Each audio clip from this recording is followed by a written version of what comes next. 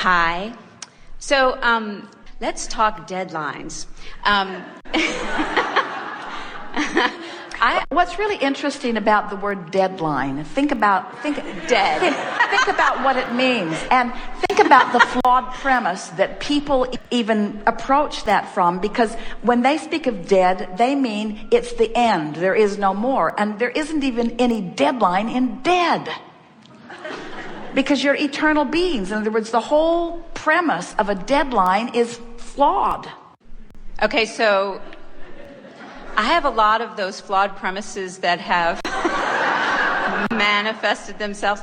And I totally accept responsibility that the more I focus on them, the more of them I get, and the shorter they are, and the more impossible they are to meet. So that part of it I get, just stop focusing on it. And there seems to be, like if I was to say, deadlines are out of the vortex, I wouldn't even know what the in the vortex opposite of that is, like opposite ends of the stick. If there's deadlines on one end, what's on the other end? Well, let's talk about what a deadline in the way physical people mean it is anyway.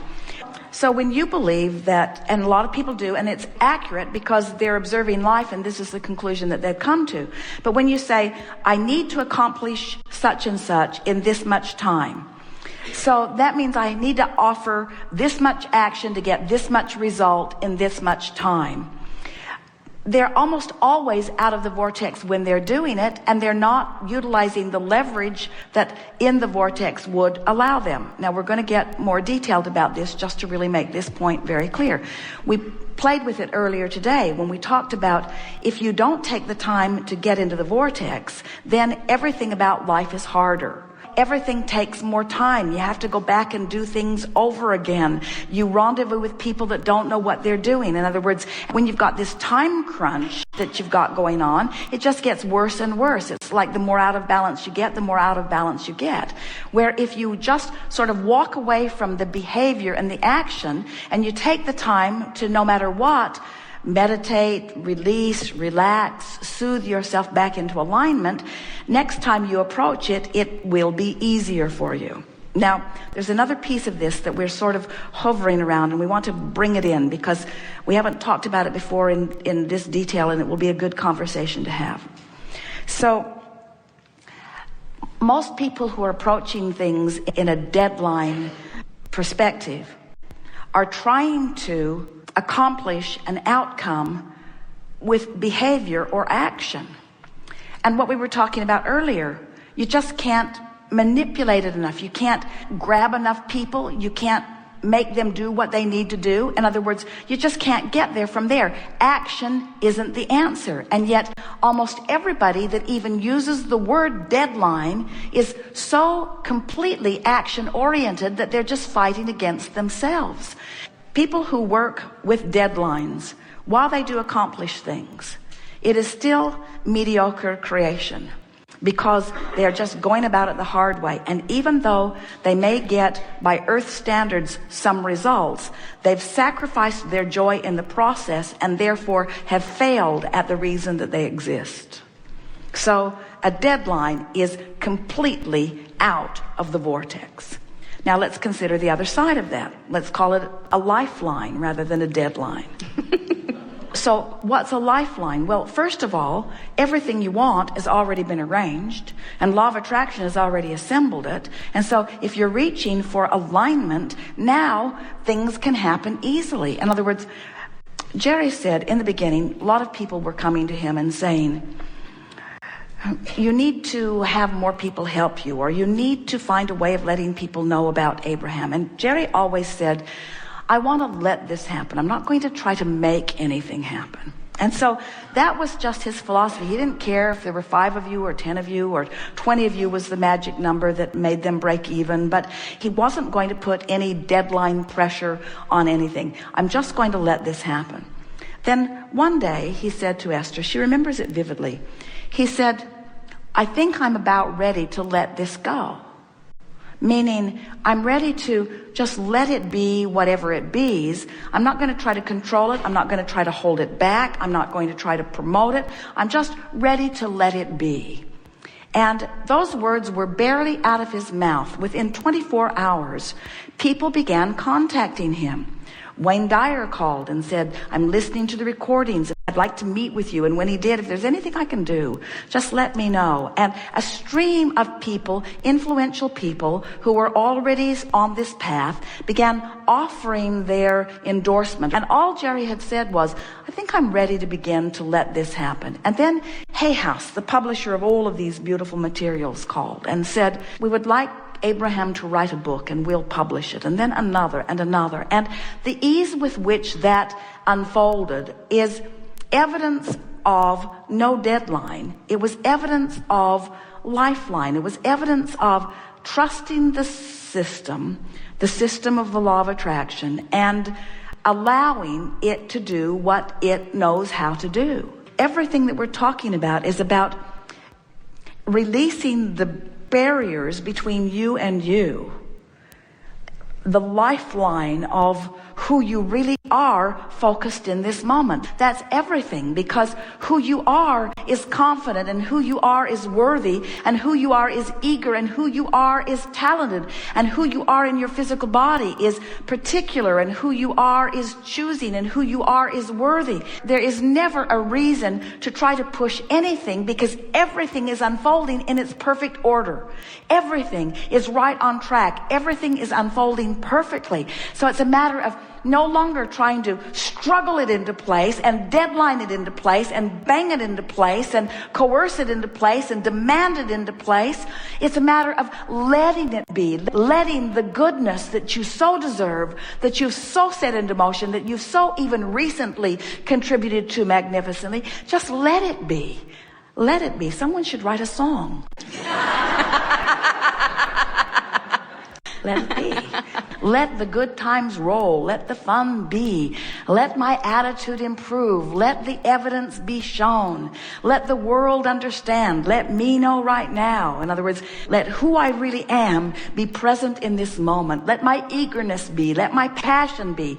Let my clarity be. Let my balance be. Let my metabolism be. Let my well-being be. Let my cells do what they do. Let my children be. Let my nation be. Let my government be. Let the healthcare system be. Let the ecology be. Let the economy be. Let the good times roll. Let it be. Let the well-being be. Let the earth spin in its orbit in perfect proximity. Let it be. How involved in that are you? You're not involved in that. You let that be. You let that be. And you can let everything be in that same expectant of good things to be, because you've set it into motion, and the larger part of you knows it. And when you train yourself into that expectation, then well-being abounds always. Really good.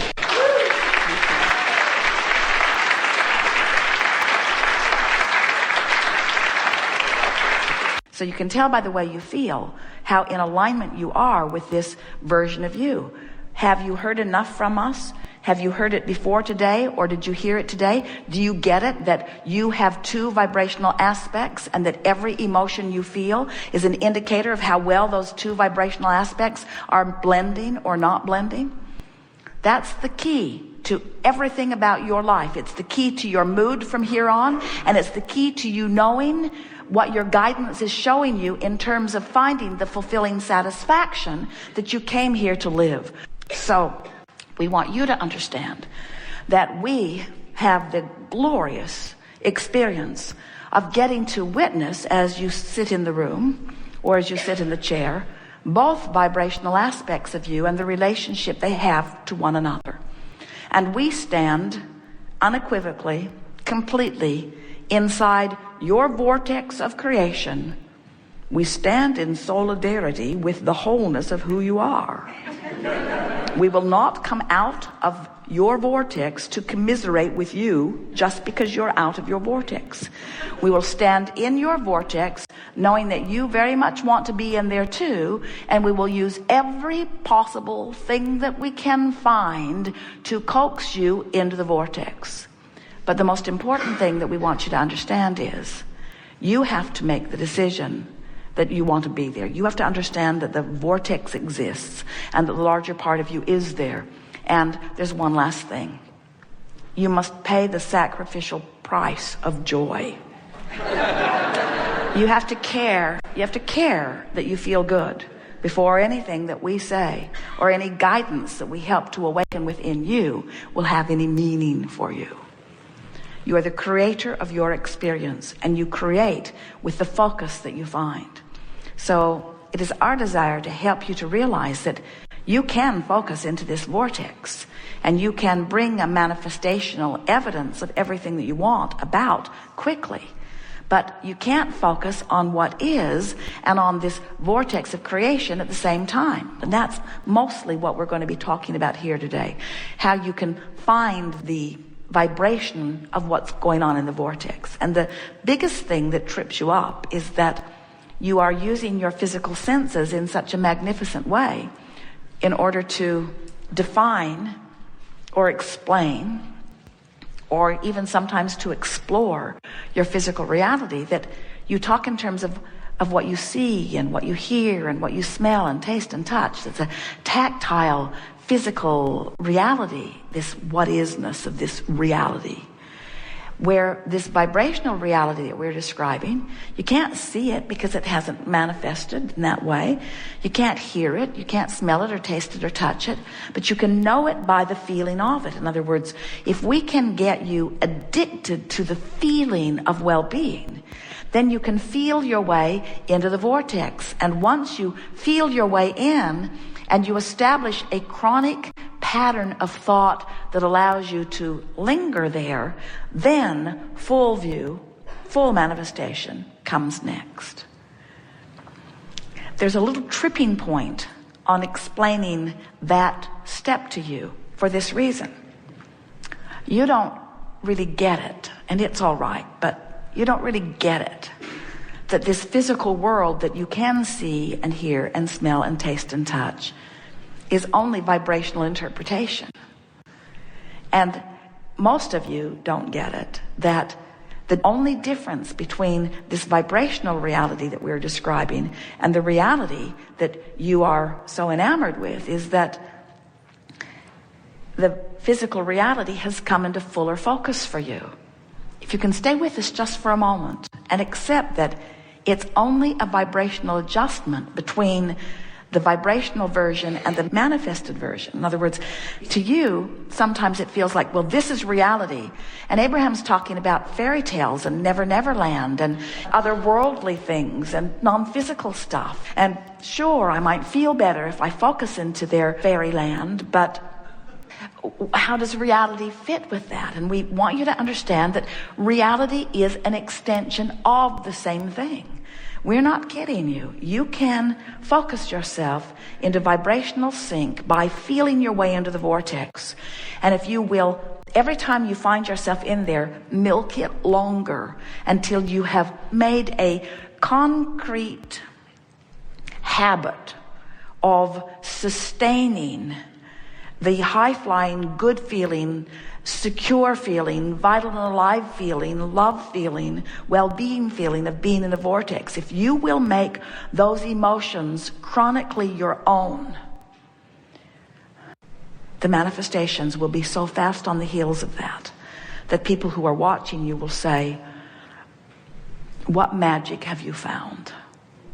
And your response from inside the vortex will be, it's the promise that we all held when we came forth. It's the promise that we are the creator of our own experience and that we get to live the full manifestation of it here. The reason that so many humans are sort of out of whack with that is because you've been making an art of resistance instead of an art of allowing.